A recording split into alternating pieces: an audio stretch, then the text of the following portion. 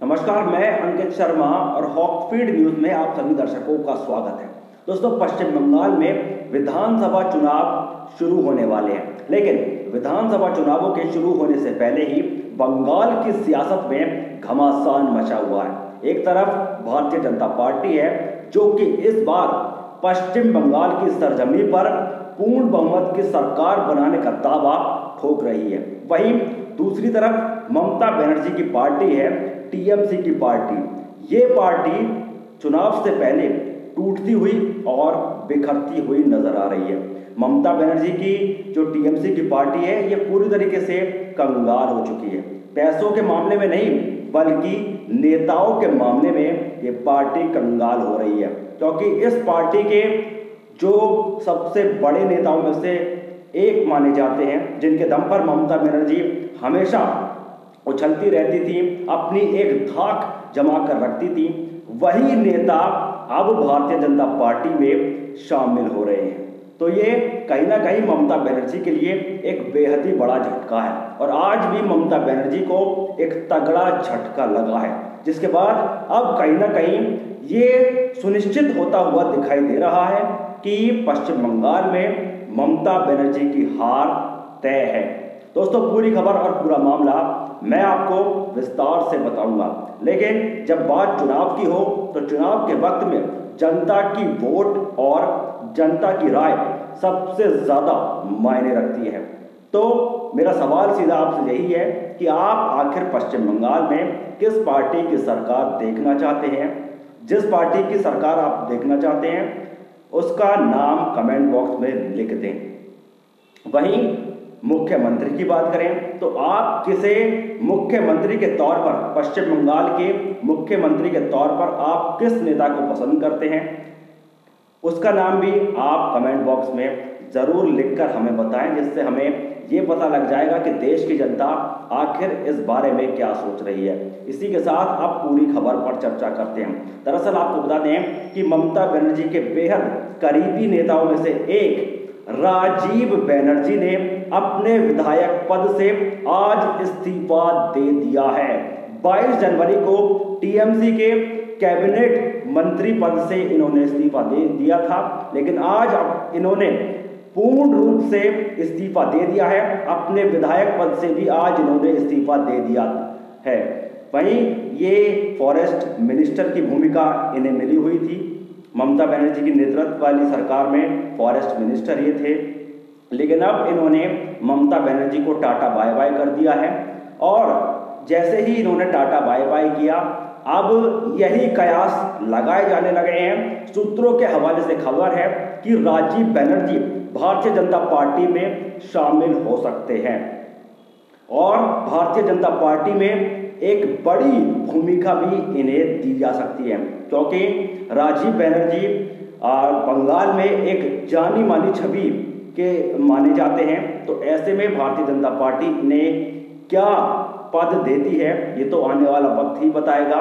फिलहाल राजीव बनर्जी ने भी अभी भारतीय जनता पार्टी का ऑफिशियल स्टेटमेंट जारी नहीं किया है। ऑफिशियली इन्होंने नहीं बोला है कि अभी ये भारतीय जनता पार्टी में जा रहे हैं या नहीं, लेकिन सूत्रों के हवाले से ये खबर मिल गई है कि राजीव बनर्जी का भारतीय जनता पार्टी में जाना तय है। जिस तरीके से शुभेंदु अधिकारी भारतीय जनता पार्टी में शामिल हुए थे, उसी तरीके से राजीव बनर्जी भी भारतीय जनता पार्टी में शामिल होंगे।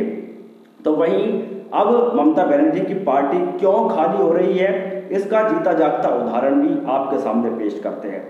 कैलाश विजयवर्गीय, जो कि भारतीय जनता पार्टी के नेता हैं, इन्होंने खुले तौर पर कहा कि टीएमसी पार्टी के 41 विधायक डायरेक्टली इनके संपर्क में हैं, जो डायरेक्टली भारतीय जनता पार्टी में शामिल होने के लिए उत्सुक हैं। टीएमसी पार्टी छोड़ने का इन 41 विधायकों ने मन बना लिया है। अगर ये सभी 41 विधायक भारतीय जनता पार्टी में शामिल हो गए तो टीएमसी की सरकार गिर जाएगी, ममता बनर्जी की सरकार गिर जाएगी। लेकिन कैलाश विजयवर्गीय ने ऐसे में स्थिति भी स्पष्ट की कि हम छवि के अनुसार देख रहे हैं। जिस नेता की छवि अच्छी होगी हम उसे ही भारतीय जनता पार्टी में शामिल करेंगे, जिस नेता की छवि अच्छी नहीं होगी उसे बीजेपी में शामिल नहीं किया जाएगा। क्योंकि कुछ टीएमसी में बहुत सारे ऐसे नेता रहे हैं जिनका नाम गुंडागर्दी में रहा है, अपराधों में रहा है। तो ऐसे गुंडागर्दी वाले नेता और जिनके नाम पर कई मामले दर्ज हैं, जो कई नेता हैं जो कि जेल की हवा खा चुके हैं, ऐसे नेताओं को भारतीय जनता पार्टी में शामिल नहीं किया जाएगा। राजीव बनर्जी की छवि अच्छी रही है तो इन्हें भारतीय जनता पार्टी में शामिल किया जा सकता है। वहीं आपको बता दें कि जिस वक्त पर राजीव बनर्जी ने इस्तीफा दिया था, 22 जनवरी को जब इन्होंने अपने कैबिनेट मंत्री के पद से इस्तीफा दिया था, तो इन्होंने अपने त्याग पत्र में लिखा कि वेस्ट बंगाल के लोगों की सेवा करना मेरे लिए बहुत बड़ा सौभाग्य रहा। मैं इस अवसर को प्राप्त करने के लिए दिल से आभार व्यक्त करता हूं। ये शब्द इन्होंने 22 जनवरी को जब इन्होंने अपने कैबिनेट मंत्री के पद से इस्तीफा दिया था तब ये शब्द कहे थे। लेकिन अब ये कहीं ना कहीं टीएमसी पार्टी में घुटन महसूस कर रहे थे।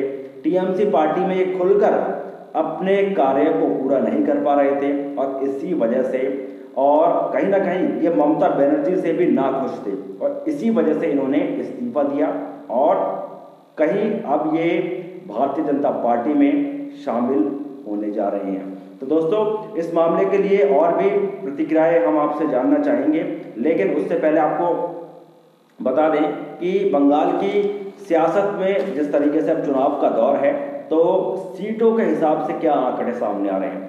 भारतीय जनता पार्टी के नेता कैलाश विजयवर्गीय ने दावा ठोका है कि 170 सीटें इस बार भारतीय जनता पार्टी पश्चिम बंगाल के चुनाव में जीत कर रहेगी और 170 सीटें मेरे हाथ पर रखी हुई हैं।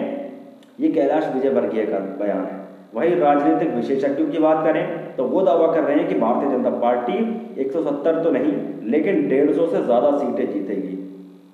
वहीं टीएमसी पार्टी की बात करें तो टीएमसी पार्टी ने एक तरीके से मानसिक रूप से हार मान ली है कहीं, क्योंकि एक खबर के मुताबिक पता लगा है कि जैसा कि आप जानते हैं कि कांग्रेस और लेफ्ट ने वेस्ट बंगाल में गठबंधन कर लिया है।